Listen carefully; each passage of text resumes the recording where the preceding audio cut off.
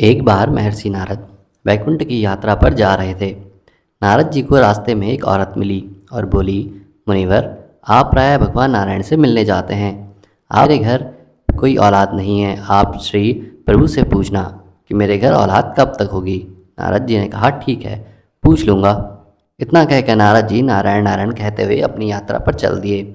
वैकुंठ पहुंचकर श्री नारायण जी ने नारद जी से जब कुशलता पूछी तो नारद जी बोले, जब मैं आ रहा था तो रास्ते में एक औरत जिसके घर कोई औलाद नहीं है, उसने मुझे आपसे पूछने को कहा कि उसके घर औलाद कब तक होगी।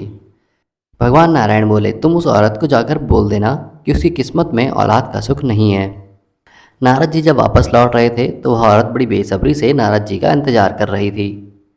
औरत ने नारद जी से पूछा कि प्रभु नारायण ने क्या जवाब दिया। इस पर नारद जी ने कहा, प्रभु ने कहा है कि आपके घर कोई औलाद नहीं होगी। यह सुनकर औरत दहाड़े मार मार कर रोने लगी। नारद जी भी चलते बने। कुछ समय बीत गया। अब गांव में एक दिन एक संत मधुकरी के लिए आए और उस संत ने उसी औरत के घर के पास ही आवाज़ लगाई। संत की आवाज़ सुनकर वह बांझ औरत मधुकरी के लिए भोजन ले आई।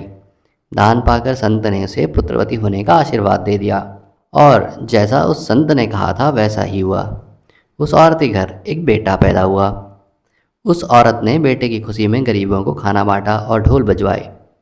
कुछ वर्षों के बाद जब नारद जी पुनः वहाँ से गुजरे तो वह औरत कहने लगी, क्यों नारद जी, आप तो हर समय नारायण नारायण करते रहते हैं। आपने तो कहा था कि मेरे घर औलाद ही नहीं होगी। ये देखो मेरा राजकुमार बेटा। फिर उस औरत ने उस संत के बारे में भी बताया। नारद जी को इस बात का जवाब चाहिए था कि यह कैसे हो गया। वह जल्दी जल्दी नारायण धाम की ओर गए और प्रभु से ये बात की कि आपने तो कहा था कि उस औरत के घर कोई औलाद नहीं होगी। क्या उस संत में आपसे भी ज़्यादा शक्ति है। नारायण भगवान बोले, आज मेरी तबीयत कुछ ठीक नहीं है, मैं आपकी बात का जवाब बाद में दूंगा। पहले आप मेरे लिए औषधि का इंतजाम कीजिए। नारद जी बोले, प्रभु आज्ञा दीजिए।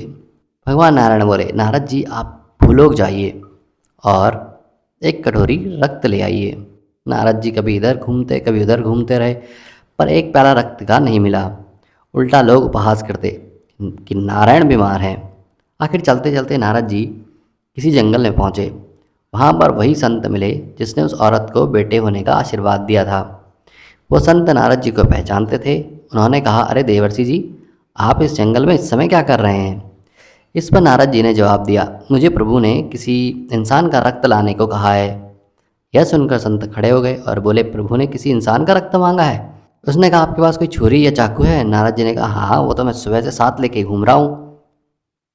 तुरंत उस संत ने अपने शरीर से एक प्याला रक्त निकालकर नारद जी को दे दिया। नारद जी वह रक्त लेकर नारायण जी के पास पहुँचे और कहा, प्रभु मैं आपके लिए औषधि ले आया हूँ। नारायण ने कहा, यही आपके सवाल का जवाब भी है। जिस संत ने मेरे लिए एक प्याला रक्त मांगने पर अपने शरीर से इतना रक्त भेजकर मुझे अपना ऋणी बना लिया है, जो मुझसे इतना प्रेम करता हो, क्या उस संत के आशीर्वाद देने पर मैं किसी को बेटा भी नहीं दे सकता। उस बांझ औरत के लिए दुआ आप भी तो कर सकते थे, पर आपने ऐसा नहीं किया। रक्त तो आपके शरीर में भी था पर आपने नहीं दिया। इसलिए दोस्तों, मनुष्य का भाग्य केवल प्रारब्ध से निर्मित नहीं होता, अपितु सत्कर्म और आशीर्वाद से भी प्रभावित होता है। कहानी को सुनने के लिए आप सभी का धन्यवाद। कृपया हमारे चैनल को लाइक, शेयर और सब्सक्राइब अवश्य करें।